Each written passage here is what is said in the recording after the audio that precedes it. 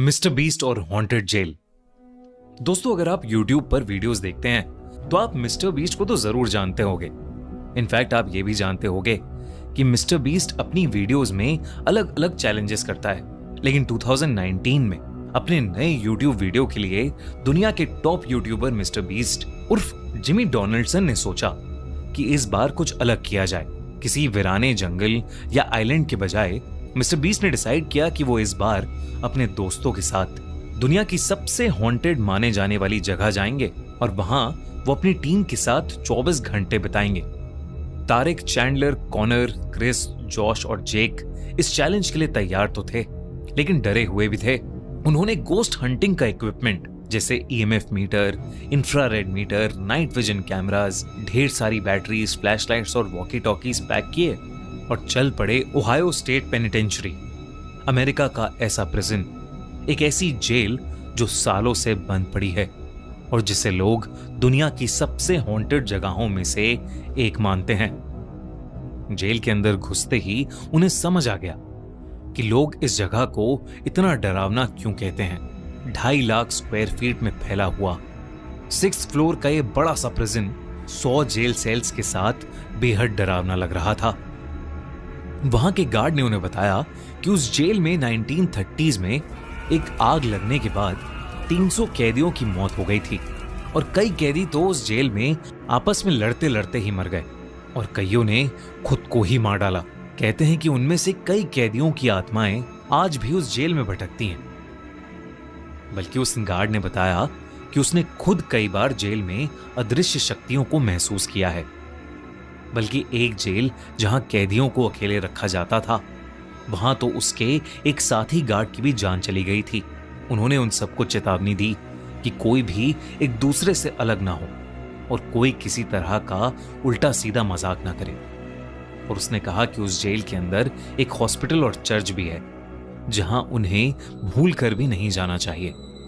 Mister beast और उनकी team ये सब बातें सुनकर थोड़ा घबरा तो गए थे, लेकिन फिर भी वो हिम्मत करके अपना कैमरा लिए अंदर चले गए। उनका मकसद था ये देखना कि वहां सच में आत्माएं हैं या नहीं, और अगर आत्माएं हैं तो उस जगह पर 24 घंटे बिताने का चैलेंज पूरा करना। जब उन्होंने अंदर जाकर अपने पैरानॉर्मल डिवाइसेस ऑन किए तो एकदम से बीप की आवाज आई और उनके EMF मीटर पर लाइट्स ब्लिंक करने लगी, जिसका मतलब था कि स्पिरिट्स उनके आसपास थीं। सब थोड़ा सा डर गए।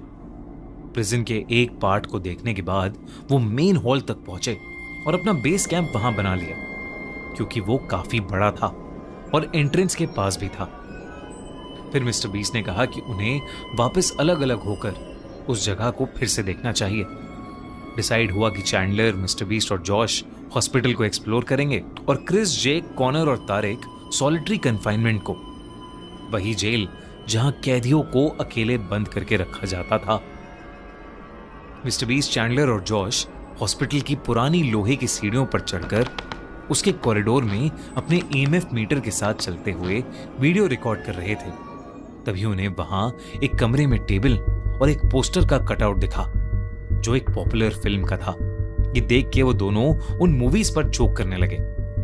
तभी एकदम से चैंडलर के हाथ में जो EMF था उसकी लाइट ब्लिंक करने लगी और उसी मोमेंट पर मिस्टर बीस्ट को ऐसा लगा कि जैसे कहीं से कोई जोर का सायरन बज रहा हो। ये बात काफी अजीब थी क्योंकि वहां कोई एक्टिव सायरन नहीं था और तो और चैंडलर और जॉश को कुछ सुनाई भी नहीं दिया। जब मिस्टर बीस्ट ने उनके EMF को उस सायरन की तरफ पॉइंट किया तो वो और ज्यादा तेजी से जलबुझ होने लगा। वो लोग उस सायरन की सोर्स की तरफ जाने लगे। EMF मीटर और तेजी से ब्लिंक करने लगा था और एकदम से एक खुले कमरे के पास आकर EMF मीटर बिना रुके फ्लिकर करने लगा। जैसे ही मिस्टर बीस्ट ने कमरे के अंदर जाने की कोशिश की तो मिस्टर बीस्ट का सर भारी होने लगा, उसे चक्कर से आने लगे। इसलिए मिस्टर बीस्ट बाहर आ गया, पर मिस्टर बीस्ट को याद था कि सायरन की आवाज थोड़ा और पीछे से आई थी। वो उसकी तरफ बढ़ने लगा। उन तीनों को रियलाइज हुआ कि वो इतनी देर घूमने के बाद एक सर्कल में ही घूम रहे हैं, जो कि बहुत अनयूजुअल था क्योंकि उन्हें याद था कि वो बार बार एक दूसरा रास्ता ले रहे हैं। वहीं तारिक, क्रिस, जेक और कॉनर सॉलिटरी कन्फाइनमेंट ब्लॉक के अंदर थे। ये वो जगह थी जहां कैदियों को बिना पानी और खाने के अकेले तड़पता हुआ छोड़ दिया जाता था। वो लोग नाइट विजन इंफ्रारेड कैमरा लेकर एक हॉन्टेड हॉटस्पॉट पर पहुंचे, जहां उन्होंने गार्ड से उन आत्माओं को किसी को नोचने और एक गार्ड को जान से मारने की कहानी सुनी थी। एकदम से क्रिस का सर भारी होने लगा और उसे सांस लेने में तकलीफ होने लगी। जेक, जो उस कमरे की डरावनी चीजों को देख रहा था, अचानक से जोरों से चिल्लाने लगा। जेक को वहां एक अजीब सा काला साया दिख रहा था जो उसकी तरफ ही आ रहा था। जब बाकी दोनों जेक की चीखें सुनकर उसकी तरफ मुड़े तो उन्हें भी वो साया अपने पास आता हुआ नजर आया, लेकिन फिर अचानक ही वो हवा में कहीं गायब हो गया। उन लोगों ने आपस में जब उस साये के बारे में डिस्कस किया तो तीनों बहुत घबरा गए। तभी जेक को महसूस हुआ कि उसके बगल में खड़ा कोई सांसें भर रहा है, लेकिन वहां कोई भी नहीं था।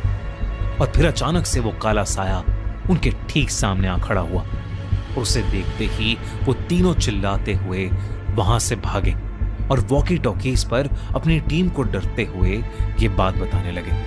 मिस्टर बीस्ट, चैंडलर और जॉश ने उनकी बातें सुनी, लेकिन उन्हें लगा कि वो लोग मिस्टर बीस्ट के साथ कोई प्रैंक कर रहे हैं और उन्हें डराने की कोशिश कर रहे हैं। पर फिर उनके बीच में बात करते करते ही उस वॉकी टॉकी से एक बहुत ही ज्यादा अजीब सी आवाज सुनाई दी और वॉकी टॉकी बंद हो गया। उस जेल में एक पुराना चर्च भी बना हुआ था। मिस्टर बीस्ट ने सोचा कि अब वो बस उस चर्च को देखेंगे और उस जगह से निकल जाएंगे, क्योंकि अब मिस्टर बीस्ट को अपने दोस्तों की भी थोड़ी चिंता हो रही थी। वो चर्च पहले एग्जीक्यूशन हॉल हुआ करता था, मतलब एक ऐसी जगह जहां लोगों को फांसी देकर मारा जाता था। कहते हैं कि उनमें से कई लोग जिनकी फांसी हुई है, उनकी आत्माएं आज भी उस चर्च के एरिया में भटकती हैं। मिस्टर बीस्ट वहां प्रीस्ट की एक्टिंग करते हुए चैंडलर को सीट पर बिठाकर उसे वहां आने के लिए थैंक यू कहकर उस जगह को हॉन्टेड होने की बात करने लगा।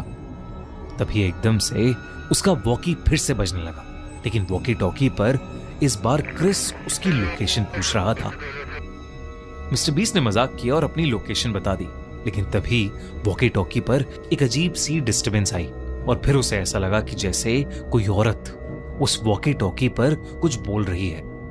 जब उन तीनों ने ध्यान से सुना तो उस वॉकी टॉकी से एक औरत के बोलने की आवाज आई, इट्स रेनिंग आउटसाइड, यानी बाहर बारिश हो रही है। और यह आवाज उन तीनों को नॉर्मल औरत की नहीं लग रही थी, बल्कि बेहद डरावनी लग रही थी। बल्कि चैंडलर को तो ऐसा लग रहा था कि जैसे वो औरत एक अजीब ढंग से हंस भी रही है। और फिर अचानक ही वो आवाज आनी बंद हो गई। उन तीनों को समझ नहीं आ रहा था कि उनके साथ अभी क्या हुआ, तो वो वहां से निकलकर वापस मेन हॉल की तरफ अपने बेस कैंप चले गए। लेकिन तभी उन्होंने नोटिस किया कि बाहर तेज बारिश शुरू हो गई है और बिजली कड़कने की आवाजें भी आ रही हैं। चैंडलर और जॉश तो काफी डर गए थे, लेकिन मिस्टर बीस्ट को ये सब देखकर मजा आ रहा था और मिस्टर बीस्ट के दिमाग में कुछ और ही चल रहा था। क्या चल रहा था मिस्टर बीस्ट के दिमाग में और क्या हुआ मिस्टर बीस्ट के दोस्तों के साथ जिन्हें वो काला साया दिखा था? इस कहानी का अगला पार्ट